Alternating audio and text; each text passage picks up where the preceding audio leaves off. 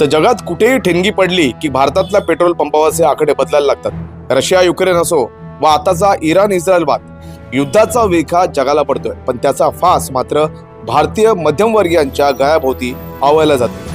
आपण विश्वगुरू होण्याच्या गप्पा मारतोय, आत्मनिर्भर भारतचे सनई चौघडे वाजवतोय, पण वास्तव हे आहे की इंधनाच्या एका थेंबासाठी आजही आपण परकीयांच्या दाराकडे कटोरा घेऊन उभे आहोत। इराणने इस्रायलवर क्षेपणास्त्र डागलं की इकडे भारतातला सामान्य माणूस आपल्या दुचाकीची टाकी बघून थरथरायला लागतो।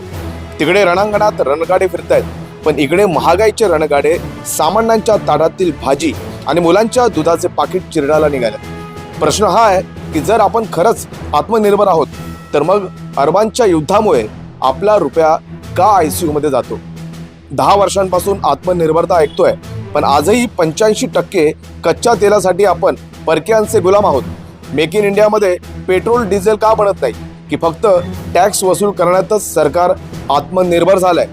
आंतरराष्ट्रीय बाजारात कच्चे तेल स्वस्त झालं की त्याचे फायदे सामान्यांना मिळत नाहीत, पण युद्धाची नुसती अफवा पसरली की पेट्रोलच्या किमती गगनाला भिडल्या जातात। हा कसला न्याय?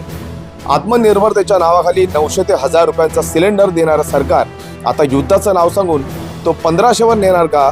घरची चूल पेटवण्यासाठी जर आपण पुतीन किंवा नेत्याच्या मूडवर अवलंबून असू तर मग आपल्या दिल्लीतल्या सत्तेचा उपयोग काय? डिझेल वाढलं की ट्रकचं भाडं वाढतं, ट्रकचं भाडं वाढलं की कोथिंबीर 100ला मिळते। युद्ध सीमेवर आहे की तुमच्या खिशात?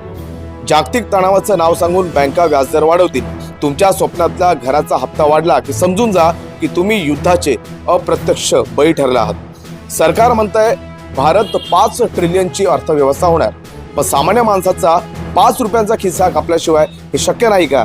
आत्मनिर्भरतेचा अर्थ फक्त आपला आपण बघून घ्या असा असेल तर मग जनतेने सरकारकडे कोणत्या अपेक्षेने बघावं? लक्षात ठेवा, युद्धात सैन्य मरतं, पण युद्धाच्या महागाईत फक्त सामान्य माणूसच शहीद होतो।